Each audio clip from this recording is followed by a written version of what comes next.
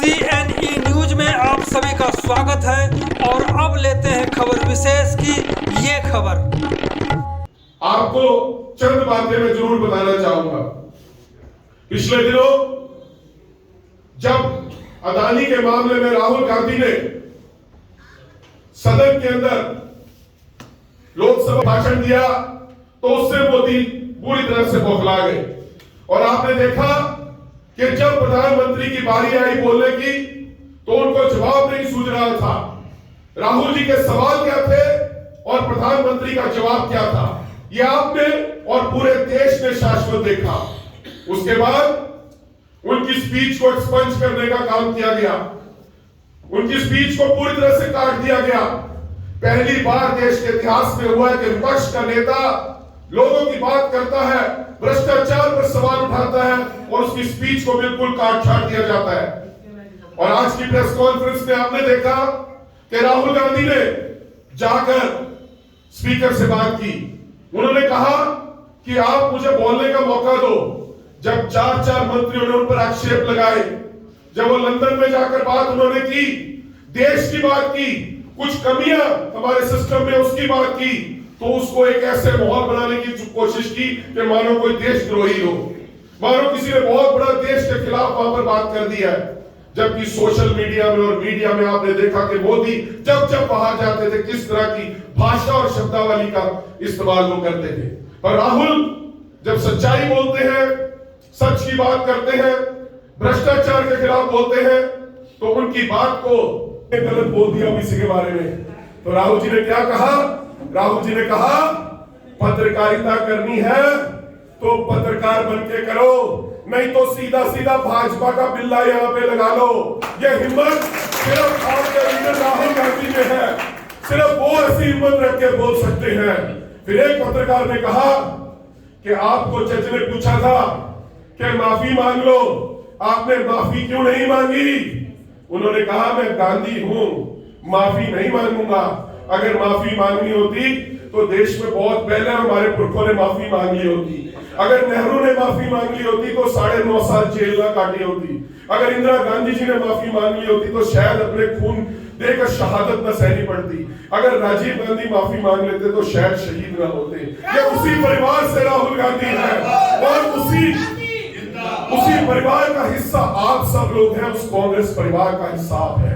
आज देश के अंदर एक ऐसी स्थिति बनी है जब कांग्रेस पार्टी को दबाने का काम हो रहा है, जब राहुल गांधी की आवाज को दबाने का काम हो रहा है, जब कोशिश यह हो रही है कि जो भ्रष्टाचार के खिलाफ बोल रहा है, जो बेरोजगारी पे बोल रहा है, जो महंगाई पे बोल रहा है, जो मुद्दे उठा रहा है, उसकी आवाज को दबा दिया जाए। पर यह होगा नहीं, क्योंकि राहुल गांधी शेर है और शेर डरते नहीं है।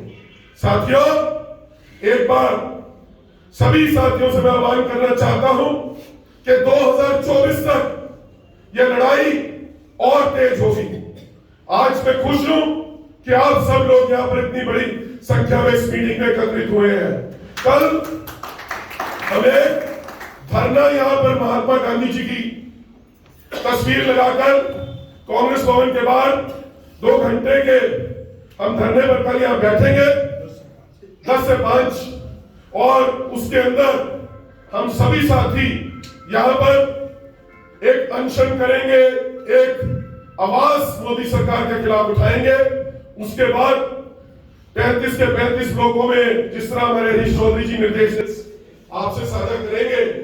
मैं तो सिर्फ यही कहना चाहता हूं कि सरफरोशी की तमन्ना अब हमारे दिल में है, सरफरोशी की तमन्ना अब हमारे दिल में है, बाजुए का दिल में है। और साथियों, आप सब कांग्रेस के जांबाज सिपाही हो, आपको अगले 1 साल तक लड़ाई लड़नी है। हमारे नेताओं के खिलाफ ऐसे बहुत से मामले बनाए जाएंगे, जेलों में भी डाला जाएगा। को पूछा जाता है कि अपने हक में आपने कोई सबूत पेश करने या गवाह पेश करने, उन्होंने कहा मैंने कोई सबूत गवाह नहीं पेश करने, मैंने जो बोला सच बोला और मैं भ्रष्टाचारियों के खिलाफ आवाज उठा रहा हूं। कंप्लेनेंट देखता है कि जज ने जो राहुल गांधी को एग्जम्पशन दे दी है पर्सनल अपीयरेंस से, वो हाई कोर्ट में चले जाता है। हाई कोर्ट में जाकर वो स्टे ले आता है। पहली बार एक कंप्लेनेंट अपने ही मुकदमे में स्टे ले आता है कि यार इस मुकदमे को चलने नहीं देना। जैसे पहली बार सदन के अंदर हुआ कि सत्तापक्षी सदन को चलने नहीं दे रहा, उसी तरह से पहली बार हुआ कि कंप्लेनेंट ही स्टे ले रहा है हाई कोर्ट में जाकर। और जब परिस्थितियां बदल जाती है, उनके अनुकूल परिस्थिति बन जाती है, तो उसके स्टे को वेकेट करने के लिए कह देते हैं कि जी हाँ आप मुकदमा चला लो। और मुकदमा जब दोबारा शुरू होता है, 1 महीने के अंदर ही सजा दी जाती है। और सजा भी क्या दी जाती है, हम भी वकील हैं। एक होता है कि this judgement is bad in law. जब हम अपील करते हैं तो हम उसमें लिखते हैं कि this judgement is bad in law, it is containing so many flaws, इसके अंदर ये कमियां हैं। आज पहली बार यह भी देश के इतिहास में हुआ है कि डेफॉर्मेशन के केस के अंदर मैक्सिमम इंप्रिजनमेंट, वो कहते हैं ना which may extend to 2 years, law के अंदर टर्म है which may extend to 2 years, जो 2 साल तक हो सकती है, पूरे 2 साल की सजा दे दी जाती है। वाह वाह मोदी जी वाह, ये आप ही कर सकते हैं। तो कहते हैं ना मोदी है तो मुमकिन है। तो मोदी जी आपके राज में यही सब कुछ होगा, पर आप शायद गलती से कहते हैं ना नंगी तारों को छेड़ बैठे। आप भूल गए कि ये आपको कितना महंगा पड़ेगा। आप भूल गए कि आपको इसका खमियाजा 2024 में उठाना पड़ेगा। आज जिस भी साथी ने हमारे कांग्रेस के ने राहुल गांधी की प्रेस कॉन्फ्रेंस को देखा है, आज उसकी छाती गर्व के साथ चौड़ी हो गई। आज उसने देखा कि राहुल गांधी डरने वाले नहीं है, झुकने वाले नहीं है, घबराने वाले नहीं है। आज राहुल गांधी ने साफ कह दिया, उन्होंने कह दिया कि चाहे मुझे जेल भेज दो, चाहे मेरी सदस्यता परमानेंट खत्म कर लो, मैं सवाल उठाता था, उठाता हूं और उठाता रहूंगा। राहुल गांधी, राहुल गांधी। एक पत्रकार ने जब उनसे पूछा, एक सवाल इधर से आया, एक सवाल उधर से आया, एक सवाल उधर से आया, 3 पत्रकार, एक बाईं ओर बैठा था, एक दाईं ओर बैठा था, एक बीच में बैठा था। सवाल क्या था कि ओबीसी को तो नहीं, इससे आपने गलत बोल दिया ओबीसी के बारे में। तो राहुल जी ने क्या कहा? राहुल जी ने कहा पत्रकारिता करनी है तो पत्रकार बन के करो। उनकी स्पीच को एक्सपंज करने का काम किया गया, उनकी स्पीच को पूरी तरह से काट दिया गया। पहली बार देश के इतिहास में हुआ है कि विपक्ष का नेता लोगों की बात करता है, भ्रष्टाचार पर सवाल उठाता है और उसकी स्पीच को बिल्कुल काट छाट दिया जाता है। और आज की प्रेस कॉन्फ्रेंस में आपने देखा कि राहुल गांधी ने जाकर स्पीकर से बात की। उन्होंने कहा कि आप मुझे बोलने का मौका दो।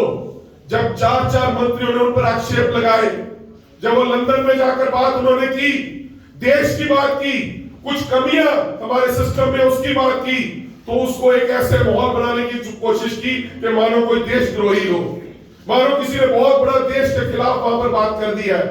जबकि सोशल मीडिया में और मीडिया में आपने देखा कि मोदी जब जब बाहर जाते थे किस तरह की भाषा और शब्दावली का इस्तेमाल वो करते थे। पर राहुल जब सच्चाई बोलते हैं, सच की बात करते हैं, भ्रष्टाचार के खिलाफ बोलते हैं, तो उनकी बात को यहां पर एक अलग ढंग से पेश किया जाता है। पूरी मोदी सरकार उनके खिलाफ एकजुट हो जाती है, सारे मंत्री उनके खिलाफ बयान देने शुरू हो जाते हैं, मगर असल मुद्दे से लोगों को भटका देते हैं। असल मुद्दा क्या था? असल मुद्दा था जेपीसी के गठन का। अडानी के मामले में जेपीसी का गठन होना चाहिए, यह विपक्ष की मांग थी, मगर उन्हें लगा कि इसमें फंस जाएंगे। राहुल गांधी बार बार सवाल उठा रहे हैं, विपक्ष सवाल उठा रहा है, उनकी बात को डाइवर्ट कैसे किया जाए।